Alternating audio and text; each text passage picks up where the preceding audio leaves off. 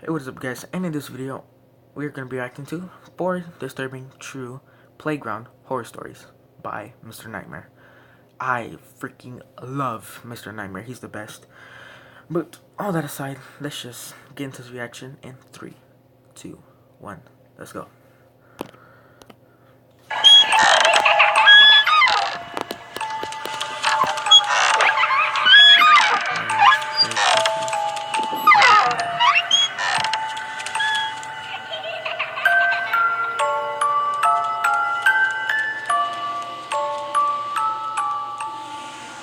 Story 1. When I was 17 in my last year of high school, I was finally starting to hit things off with a girl I liked. I'll call her Lynn. Lynn was a big pot smoker. At the time it really wasn't my thing, but I went along with it just because. I live a couple blocks from her, so I always walked before I got a car. Across the street from her house is a park. Commonly at night she'd instant message me on AOL to come hang out at the park. Sometimes we'd just sit on the playground at night and talk for hours. Sometimes she'd convince me to smoke with her. No. It was always Life lesson. Do not smoke.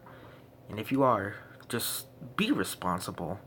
Like, smoking will eventually turn bad for you, and you know it will eventually. So if you are gonna smoke, just do it once a month, maybe once every 2 weeks. Just be careful with smoking. Quick life lesson right there. such a private place to hang out and talk, especially at night. A line of thick trees surrounded the playground as well, creating a wall of sorts. Well, one night we both snuck out around 12 and met at the playground in the park. Midnight. We talked for a while. Then Lynn perked up, playfully hit me on the shoulder, and said, "We should play hide and seek." It may sound immature. No. Don't do it. Please. Please don't do it. Please. You're playing hide and seek at midnight in a playground. Do you know how creepy that looks? And you know how scary that is? Oh no, don't do it. Don't. I don't care how much you know this person. You don't play hide and seek at midnight, at night, in a playground. I swear, this is... Whatever. Let's just go. Let's keep going. For a couple seniors in high school to play hide and seek, but it just seemed like it would be fun. She told me to go to the trees and count to 30. When I was done, my first instinct was of course to check the playground, and if she wasn't there, I'd move on to the picnic bench area. We always had flashlights on us when we went to the park, because this was before everyone had phones with flashlights in their pockets. I stepped from the grass onto the wood fiber mulch surrounding the playground. I aimed my flashlight up to the playground, because I guess I was too lazy to go up there if I didn't have to. That'll be me. You know those big plastic circular things with a bunch of tiny holes in it that a lot of playgrounds have? Maybe not, but there was one of those things up at the highest level of the playground. And through a bunch of holes, I could see what appeared to be skin and a jacket. But what stood out the most was her eye peering through one of the holes. Instead of going up there right away, I decided it would be fun to kind of mess with her. I waved the flashlight around the playground, pretending like I didn't see her. Do you know what would be so creepy? If that he thought that was her, and then like she creeps up behind him and scares him. He's like, wait, who the heck was that? I hope that happens. I was gonna walk to the picnic area, turn on the flashlight, walk around to the trees, back to the playground, sneak up on her, and scare the living daylight out of her. Don't ask me why, I just wanted to. I walked to the picnic area, shut off the flashlight, and snuck back over to the playground. I was careful not to make noise as I crept through the wood chips that the playground sat on. Before I could even step foot on the first platform of the playground, something grabbed my arm and pulled me. I actually screamed, but stopped when I heard Lynn's laughter. I turned on the flashlight and was relieved to see it was her. The prank obviously backfired completely. After that, we went back up to the second level platform of the playground that we always chilled in. I asked her if she knew that I saw her behind that plastic thing at the top of the playground, but she was confused. She acted as if she never went up there.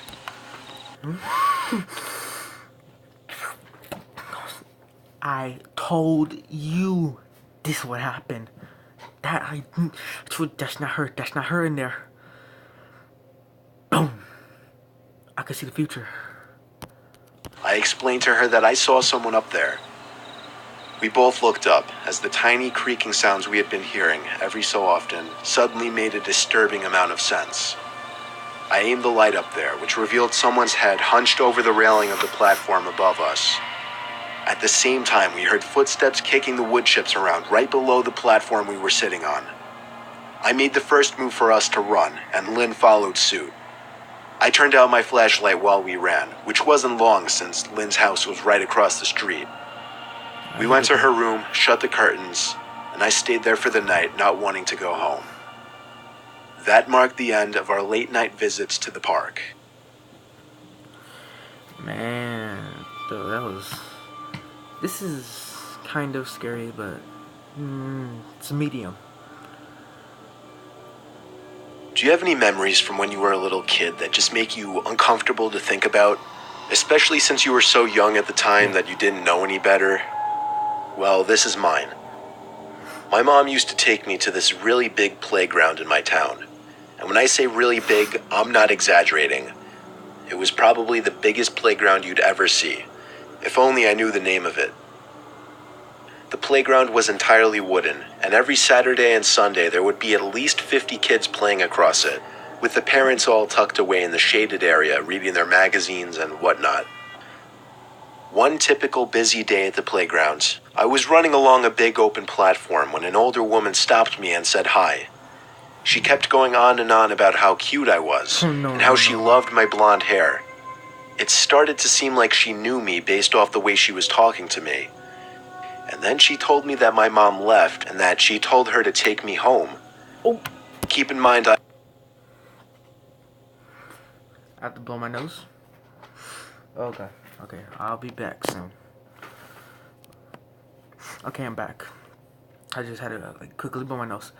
But oh my Jesus.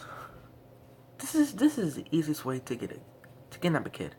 Just say you know their parent. Don't do that.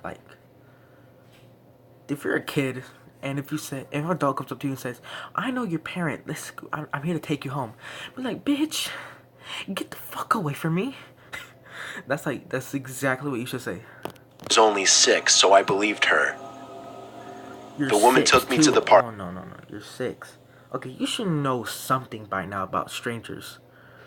Lot to an old station wagon where a man, I now presume to be her husband, was sitting in the driver's seat. He acted all friendly to me as the woman motioned me into the back seat, but I remember him yelling and lecturing at her about something. The man drove very aggressively and quickly as he was leaving the parking lot. We came to the light at the exit of the park. It was red. Just then, a car pulled up behind us and laid on the horn. I looked behind us, and it was my mom's car. The man blew through the red light, which even I picked up on, and started flooring it down the streets. Oh my God. I started to cry and scream as I realized my mom didn't know these people. Not long after, the man pulled the car over and yelled at the top of his lungs at me to get out of the car. I opened the door, still crying my eyes out in fear. My mom pulled up next to me, ran out of the car, and hugged me. In the heat of the moment, she didn't get the tag number, nor was she able to call the police since this was 2001 and there were no cell phones. I really wish I didn't remember this day so clearly.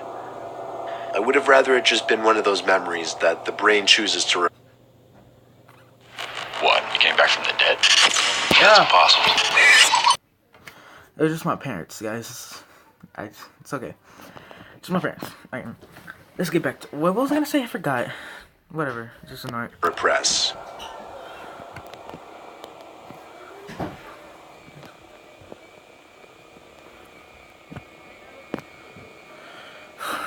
I'm a single father currently living with my 5-year-old son. Ooh, they're talking about me. I have an old wooden playground in my backyard. It has a tire swing, monkey bars, and a big slide.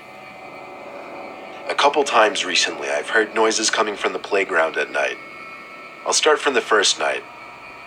I woke up one night last week to the sound of something squeaking from outside. I recognized it to be the sound of the rusty chain of the tire swing spinning around. I also heard a young child's laughter out there. I thought it was my son, Ghost. so I went to his room to find him in his bed, fast asleep. My heart dropped as I saw him in his... No. If you see a kid outside, you think it's your sibling or something, you seen him asleep, you go get a gun. bed. That meant some stranger was in my yard. But when I opened the back door to the backyard, there was no one back there. Ooh, The tire swing get was a gun spinning fast. slowly, however, as if somebody had just gotten off of it. I chalked it up as some kid just sneaking into my yard and went back to sleep. The next night, however, I woke up again to the sound of someone stomping up and down the slide, once again accompanied by the sound of a child's laughter. I checked my son's room once again to find him in bed. This time I thought I'd be a little smarter about it and check the window first before going outside. Yes. Nothing was out there though, Oh my god. not on the playground at least. Either you're hallucinating, or you just really want another child. That's probably what it is. I still went outside anyway just to make sure. For a couple nights nothing happened and I completely forgot about it. But on the third night, while in bed, a knock at my window startled me. I sat up in shock for a good minute, afraid to look outside. But eventually I was brave enough to do so. I looked out the foggy window. Through the smudge, I could see both the swings on the swing set swinging lightly, accompanied with the laughter of a child again.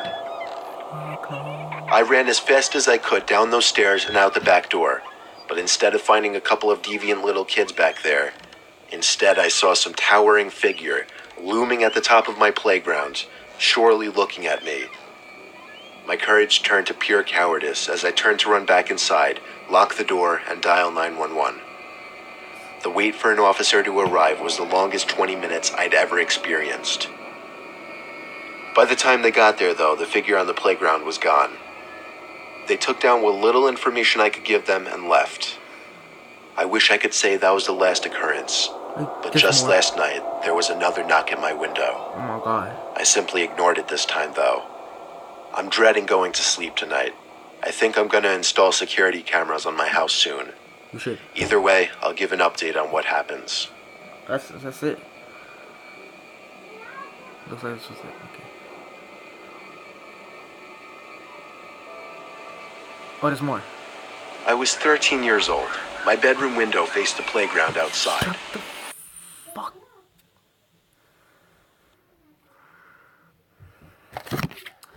There's a giveaway gonna come on soon. Okay? There's a giveaway. Sorry, God, I hate my family. It was a hot spring night with a light rain, so I had the window open, allowing me to hear the Wait, there's four raindrops, first? That was as well as four. a strange That was three. squeaking sound. It really started to get annoying, so I went to the window to see what it could be. There was someone sitting on the swing set. I nearly screamed, but covered my mouth instead. What was really scary was that the swing was in the direct line of sight from my window, and the person on the swing was staring straight at my window. Oh my. I could only hope they didn't see me. I was too scared to go across the house to my parents' room. Instead, all I really wanted to do was hide in my bed and hope they would go away. But the No, squeaking get it went on done. and on. I covered my ears not only because I was scared, but also because of the annoyance of the sound. And finally, at last, the squeaking stopped. I gave it a few seconds before I quietly got out from bed and went back to the window. This time, I actually screamed. The person who was previously on the swing was now standing at most 10 feet from my window, looking in, close enough for me to make out his horrid face, with his eyes locked onto mine.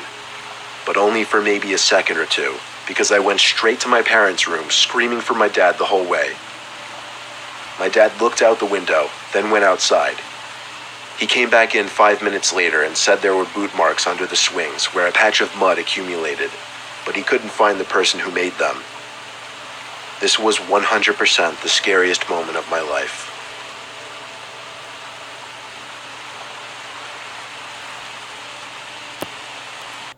What the freak is that? Are you a super fan? Oh my god. This last one was fucked. Anyways, I hope you liked this video. If you made it to the end, tell me a joke, please. Anyways, end the video. Hope you guys enjoy. Like, subscribe, share. Your family, your dog's neighbor, your dog's walker, your ghost, your bed, your foot, your feet, your grandma, your grandpa. I'll see you in the next video. That was scary.